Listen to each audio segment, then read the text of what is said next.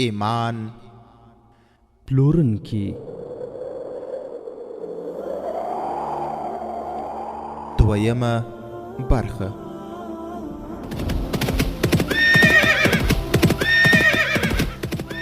د سلطان صلاح الدین ایوبی رحمه الله د دوران رښتینی کیسې. صلاح الدین پر د غزمکارا پیدا کړه، ته یو بل صلاح الدین پر د غزمکارا پیدا کړه. الحمد لله وكفى والصلاة والسلام على رسوله المصطفى اما بعد. په مصر کې چې کوم مشرانو د سلطان صلاح الدین ایوبی استقبال وکړ، په هغوی کې د ناجی په نامه سپاه سالار د ځانګړي اهمیت لرونکی و. ایوبي ټولو ته له پښو نه تر سره وکتل. د هغه پر شونډه مسکا او پر ژبه د مینې او محبت هیلې وې. ځینې پخواني منصبدارانو هغه ته په ژور نظر سره وکتل چې په هغوی کې ټوکې او مسخرې هم وې. هغوی یوازې د سلطان صلاح الدین ایوبي له نامونه خبر وو او یا د هغه په باب دومره پوهېدل چې د واکمنې کورنۍ یو سړی او د خپل تره ځایناستی دی. د هغه په سترګو کې د سلطان صلاح الدین ایوبي اهمیت یوازې د هغه د کورنۍ له امله و، او یا یې ورته له دې امله اهمیت ورکړ چې د مصر د نائب الحکومه په حیث راغلی و. تر دې زیات هغوی سلطان صلاح الدین ایوبي ته هیڅ اهمیت ورنه کړ. یو بوډا منصبدار په خپل څنګ کې یو افسر ته په غوږ کې وویل: هلک دی، موږ به یې روزو. مؤرخین او یا د هغه مهال پیښې لیکونکي دا ویلی نه سي چې سلطان صلاح الدین ایوبي د هغو وګړیو په نظرونو پوه شوی و او که نه. هغه د استقبال کوونکو په ګڼه ګوڼه کې هلک ښکارېده، خو کله چې د ناجیې له وړاندې د روغبړ لپاره ودرېده نو د ایوبي په مخ کې لږ څه بدلون غوندې راغلی و. هغه ناجی ته لاس ورکول غوښتل، خو ناجی چې د هغه د پلار په عمر کې و تر ټولو لومبی یې د درباري چاپلوسانو په څېر ټیټ شو او بیا یې ایوبي ته غېږه ورکړه. د ایوبي تنده یې مچ کړ او ویې ویل: زما د وینو اخري څاڅکي به هم ستاسې د ساتنې لپاره تویېږي. ته له ما سره د زنګې او شیرکو امانت یې. زما روح د اسلام سپېڅلي دین تر عظمت زیات ارزښتناک نه دی. صلاح الدین ایوبي د ناجی لاس مچي کړ او ویې ویل: محترمه، د خپلې وینې یو یو څاڅکی سنبال وساته. صلیبیان د تورو وریځو په څېر راخورېږي. ناجی یې په ځواب کې یوازې مسکی شو، لکه صلاح الدین ایوبي چې ټوکه کړې وي. ګمان کېده چې مجاهد شخصیت سلطان صلاح الدین ایوبي د دغه تجربه کاره سپاه سالار پر مسکا ونه پوهېدای شو. هغه په مصر کې د ساتونکو د ډلې قومندان و چې شمیر یې 50,000 تنو ته رسېده او دغه ټول شمیر عسکر سوډانیان وو. دا ټول د هغه مهال پر نوي وسلو سنبال وو. دا پوځ د ناجی وسله وه چې د زور او قوت له امله یې هغه د مصر بېتاجه پادشاه ګڼل کېده. هغه د توطئو او خپل چاریو دوره وه. د اسلامي نړۍ مرکزیت ختم شوی و. صلیبیانو هم ډېره زړه وړونکې ورانکارۍ پیل کړې وې. د زور پالنې او مزو چلچو دوره وه. له چا سره چې لږ شان زور او قوت و، هغه به یې د خپل اقتدار او دولت راټولولو لپاره کاراوه. سوډاني ساتونکو د پوځ سرلښکر ناجی په مصر کې د واکمنو او نورو مشرانو لپاره یو دهشت او ویره وه. الله جل جلاله ورته توطئې جوړونکی دماغ ورکړی و. هغه ته به د هغه مهال پادشاه جوړونکی وایي. په جوړونه او ورانونه کې ځانګړې پوهه لرله. هغه چې صلاح الدین ایوبي ولیده نو کټ مټ دغسې مسکی شو لکه کوم څیرونکی حیوان چې د ښکار لپاره کمزوری حیوان وویني نو غاښونه ورته ښکاره کوي. سلطان صلاح الدین ایوبي د مسکا پر دې زهرو ونه پوهېد. د هغه لپاره تر ټولو مهم سړی همدا ناجی و، ځکه چې د 50,000 ساتونکي پوځ قومندان و او صلاح الدین ایوبي دغه پوځ ته اړتیا لرله. خیر، صلاح الدین ایوبي ته وویل شول چې محترمه، له ډېرې لرې فاصلې مو تشریف راوړی. لومړی آرام وکړئ. هغه وویل: زما پر سر چې کوم پټکی تړل شوی دی زه د دې اهل نه وم. دغه پټکي زما آرام او خوب ختم کړي. آیا تاسې محترم ما هغه ځای ته نه ورولئ چیرې چې زما دنده زما انتظار کوي؟ محترمه، تر کار د مخه خوراک څښاک نه خوښوې؟ د هغه مرستیال وویل. صلاح الدین ایوبي یو څه فکر وکړ او له هغه سره روان شو. په لوی کتار کې ساتونکي د هغه ودانۍ په مخ کې دواړو خواو ته ولاړ وو چیرې چې د ډوډۍ ترتیبات نیول شوي وو. سلطان صلاح الدین ایوبي چې د دغو ساتونکو قدونو او تنو او وسلو ته وکتل نو په مخ کې د خوښۍ نښې ښکاره شوې، خو دغه خوښۍ په دروازه کې د قدم ایښودلو سره ورکه شوه. هلته 4 تنکۍ پیغلې چې په بدنونو کې تقوا ماتونکې نرمې او پر اوږو یې خورې ورې وریښمینې زلفې فطري ښکلا درلوده راټوله کړې وه. په لاسونو کې یې د ګلپاڼو ډکې ښکلې ښکلې ټوکرۍ نیولې وې. د صلاح الدین ایوبي په مخ کې یې د ګلپاڼو شیندل پیل کړل او د دې سره د دیرال په تال د ارموني رباب او غجکو جادوګره نغمه پیل شوه. ایوبي چې په لاره کې د ګلانو پاڼې ولیدې ګامونه یې وروسته کړل. ناجي او د هغه مرستیال یې ښي او کیڼ لور ته روان وو. هغه دواړه ورته ټیټ شول او د وړاندې تللو هیله یې وکړه. دا هغه اندازه وه چې مغولي پاچاهانو په هند کې دود کړې وه. وروڼو، سلطان صلاح الدین ایوبي رحمت الله علیه د ګلپاڼو پښو لاندې کولو لپاره راغلی نه دی. ایوبي مسکی شو، ویې ویل چې حاضرینو یې دا ډول مسکا ډېره لږ تر دې د مخه په شونډو کې لیدلې وه. ناجي وویل موږ د جناب علي په لار کې له اسمانه ستوري هم راکوزولی شو.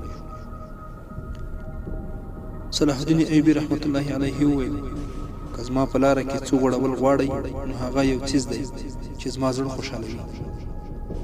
مرستیال یې وویل تاسې امر وکړئ. هغه کوم څیز دی چې زړه مو خوشحالوي؟ سلطان صلاح الدین ایوبي رحمت الله علیه وویل د صلیبیانو مړي. خو د هغه مسکا ډېره ژر غایبه شوه. د هغه له سترګو شغلې راپورته شوې. د هغه په دغه ټیټ اواز کې قهر او غصه پټه وه. ویل یې د مسلمانانو ژوند د ګلانو توشک نه دی. نه پوهیږئ چې صلیبیان اسلامي سلطنت د موږکانو په څیر کرپوي؟ او پوهیږئ چې هغوی ولې بریالي دي؟ یوازې له دې امله چې موږ پر ګلانو تلل پیل کړي دي. موږ خپلې لوڼې لوڅې کړې او پتونه مو یې لوټ کړل. زما په نظر کې فلسطین دی. تاسې زما په لاره کې ګلان غوړوئ لکه چې له مصر هم د اسلامي بیرغ راټیټول غواړئ. هغو ټولو ته یو نظر وکتل او په پرتمین غږ یې وویل دا ګلان زما له مخې پورته کړئ، ځکه پر دې قدم کېږدم روح به مې په اغزه یې سوری سوری شي. دا نجونې مې له مخې لرې کړئ. داسې نه شي چې زما توره د دوی په زړه وړونکي طلایي زلفو کې راګیره او بېکاره پاتې شي. د جناب علي پرتم او شان ما ته جناب علي مه وایه. صلاح الدین ایوبي ویونکي داسې وداګه لکه په توره یې چې د کوم کافر مرۍ غوڅه کړې وي. هغه وویل جناب علي هغه و چې تاسې یې کلمه وایي او زه یې بې دامه غلام یم. زه دې تر هغه جناب صدقه شم چې سپېڅلی پیغام یې ما پر خپله سینه کیندلی دی. له همدغه پیغام سره مصر ته راغلی یم. صلیبیان له ما نه دغه پیغام اخلي او د روم په بحیره کې ډوبول غواړي. په شرابو کې یې غرقوي. زه د بادشاه په حیث راغلی نه یم. نجونو د چا په اشاره د ګلانو پاڼې راټولې کړې او له هغه ځایه لرې شوې. سلطان صلاح الدین ایوبي په چټکتیا سره پر دروازه ننوت. یوه پراخه کوټه وه. په دې کې یو اوږد میز ایښی و چې رنګارنګ ګلان پرې خواره واره وو. د هغو په منځ کې د کباب کړایي او اوزګړی غټ غټ اندامونه کباب کړی شوي وو. چرګان او خدای خبر چې څه خوراکونه ایښودل شوي وو. سلطان صلاح الدین ایوبي ودرېده او له خپل مرستیاله یې وپوښتل د مصر هر اوسېدونکی دغه ډول خواړه خوري؟ مرستیال یې وویل نه صاحب، غریب وګړي خو دغه ډول خواړه په خوب کې هم لیدلی نه شي. تاسې ټول د کوم قوم وګړي یاست؟ صلاح الدین ایوبي پوښتنه وکړه. آیا د هغو خلکو قوم جلا دی چې د دغه ډول خوراکونو خوب هم لیدلی نه شي؟ له یوې خوا یې هم چې ځواب وانه ورېده هغه وویل دلته چې څومره ملازمین او سپاهیان دي هغه ټول دننه راوغواړئ. دا خوراکونه پر هغوی وخورئ. په خپله یې پر یوه ډوډۍ لږه غوښه کېښوده، ژر ژر یې وخوړه، اوبه یې پرې وڅښلې او د ساتونکي پوځ قومندان یې له ځانه سره کړ. هغه کوټې ته ورغی چې د نائب الحکومه دفتر و. 2 ساعته وروسته ناجي بیرون راووت. په منډه په آس سپور شو، قمچین یې ورکړه او له سترګو پناه شو. د شپې د ناجي په ځانګړې کوټه کې چې د هغه 2 تنه رازدار او باوري قومندانان ورسره ناست وو، شراب یې وڅښل. ناجي وویل د ځوانۍ جوش یې دی، په لږو ورځو کې به یې سوړ کړم. کمبخت چې هره خبره کوي وایي د کعبې په رب مې د قسم وي چې صلیبیان له اسلامي سلطنته وباسم، بیا به آرام شم. ناجي خپل یو قومندان ته په ټوکو کې وویل دومره هم نه پوهیږي چې د اسلامي سلطنت ساه وتلې ده، اوس به سودانیان حکومت کوي. بل قومندان له ناجي نه وپوښتل تا هغه ته ونه ویل چې دا 50,000 کسیز لښکر سوداني دی او دا لښکر چې هغه خپل ګڼي د صلیبیانو پر خلاف نه جنګېږي؟ ناجي وویل اوروشه ستا دماغ خراب دی، ما هغه پر دې خبره باوري کړ چې دا 50,000 سوداني زمریو لښکر به د هغه په یوه اشاره صلیبیان ټوټې ټوټې کړي. خو ناجي غلی شو او په سوچ کې ډوب شو. خو ولې؟ هغه ما ته امر کړی چې د مصر د اوسېدونکو پوځ جوړ کړم. ناجي وویل هغه ویلي چې د یو هیواد پوځ مناسب نه دی. هغه ما ته امر کړی چې د مصر د اوسېدونکو پوځ جوړ کړم. ناجي وویل هغه ویلي چې د یو هیواد پوځ مناسب نه دی. هغه مصري وګړي هم څیره کوي او زموږ له پوځ سره یو ځای کول غواړي. نو تاسو څه ځواب ورکړئ؟ ما ورته وویل چې ستاسې امر به عملي کړای شي. ناجي ځواب ورکړ خو زه دغسې امرونه نه عملي کوم. مزاج یې څنګه دی؟ دغه پوښتنه اوروش ورڅخه وکړه. ناجي ورته ځواب ورکړ ضدي راته ښکاري، ستاسې د پوهې او تجربې په وړاندې هغه هېڅ هم نه ښکاري. بل قومندان وویل نوی د مصر د امیر په حیث راغلی دی، یو څو ورځې به دا نشه پکې وي. ناجي وویل زه یې له دې نشې نه ایستل نه غواړم، په همدې نشه کې نور هم مستوم او وژنم. دغو درې واړو تر ډیره پورې د سلطان صلاح الدین ایوبي رحمت الله علیه پر خلاف خبرې کولې او پر دې مسله غور کاوه چې که سلطان صلاح الدین ایوبي د ناجي د بې تاجه پادشاهۍ لپاره خطر پیدا کړه نو دوی به څه کوي؟ هلته سلطان صلاح الدین ایوبي خپل مرستیالان مخې ته کېنولي. دا یې ورته په ذهن کې کېنوله چې هغه د حکومت کولو لپاره راغلی نه دی او نه به څوک حکومت کولو ته پرېږدي. هغوی ته یې وویل چې جنګي قوت ته اړتیا لري او دا یې هم ورته وویل چې د دې ځای پوځي تشکیلات یې بیخي نه خوښېږي. 50,000 ساتونکي سودانیان دي. موږ باید د هرې سیمې اوسېدونکو ته دا حق ورکړو چې هغوی زموږ په لښکرو کې شامل شي، د خپلو استعدادونو څرګندونه وکړي او د غنیمت په مالونو کې خپله برخه ترلاسه کړي.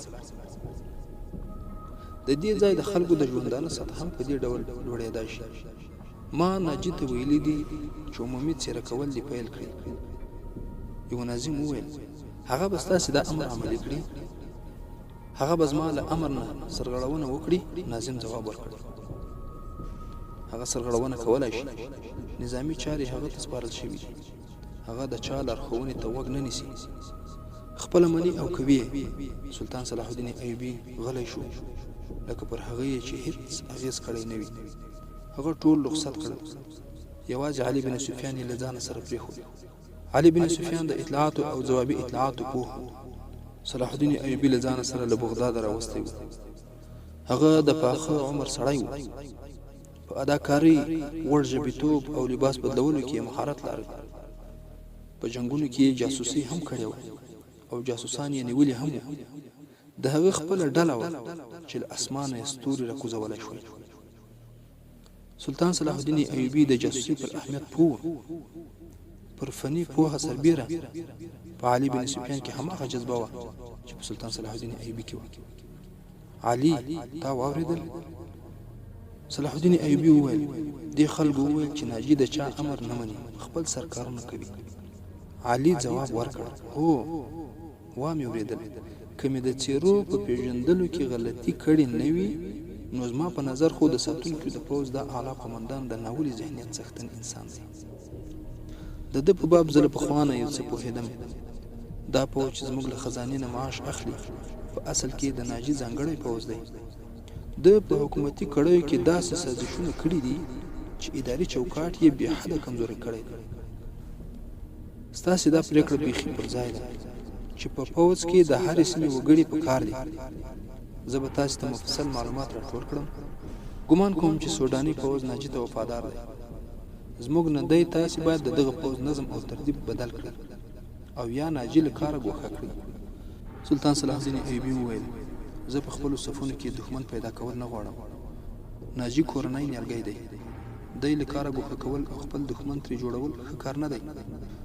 زموږ تورې د نورو لپاره دي، د خپلو د وینو بهولو لپاره نه دي. زه د ناجي ذهنیت د مینې او محبت په وسیله بدلولی شم. ته د ده د ذهنیت معلومولو هڅه وکړه. ما ته صحیح اطلاع راکړه چې پوځ تر کومه زموږ وفادار دی. خو ناجي دومره خام سړی نه و. د هغه ذهنیت د مینې او محبت له بړبکیو آزاد و. د هغه کمینه وه له خپل اقتدار او شیطانت سره وه. په دې اړخ کې هغه لکه تیږه و، خو چې څوک به یې په خپل جال کې نښلول غوښتل نو د هغه په وړاندې به د موم غوندې نرم و. هغه له سلطان صلاح الدین ایوبي سره همدغه چلند غوره کړ. د هغه په وړاندې به نه کېناسته، هرې خبرې ته ښه ویل. هغه د مصر په بېلابېلو سیمو کې د پوځ لپاره د ځوانانو څیره کول پیل کړي وو. حال دا چې دغه کار یې د خوښۍ پر خلاف و. ورځې تېرېدلې، د سلطان صلاح الدین ایوبي په زړه کې لږ لږ ځای نیول پیل کړي وو. ناجي هغه پر دې خبر ډاډه کړی و چې د سوډان ساتونکي د هغه د حکم منتظر دي او هیله ده چې د قوم له هیلو سره به پوره وخیږي. ناجي سلطان صلاح الدین ایوبي ته 2-3 ځلې ویلي و چې هغه د ساتونکي پوځ له خوا نه ورته بلنه ورکول غواړي او پوځ د ده په درناوي کې د جشن جوړولو لپاره په بې صبرۍ سره انتظار باسي. خو سلطان صلاح الدین ایوبي د مصروفیتونو له امله دغه بلنه منلې نه وه. د دویمې برخې پای.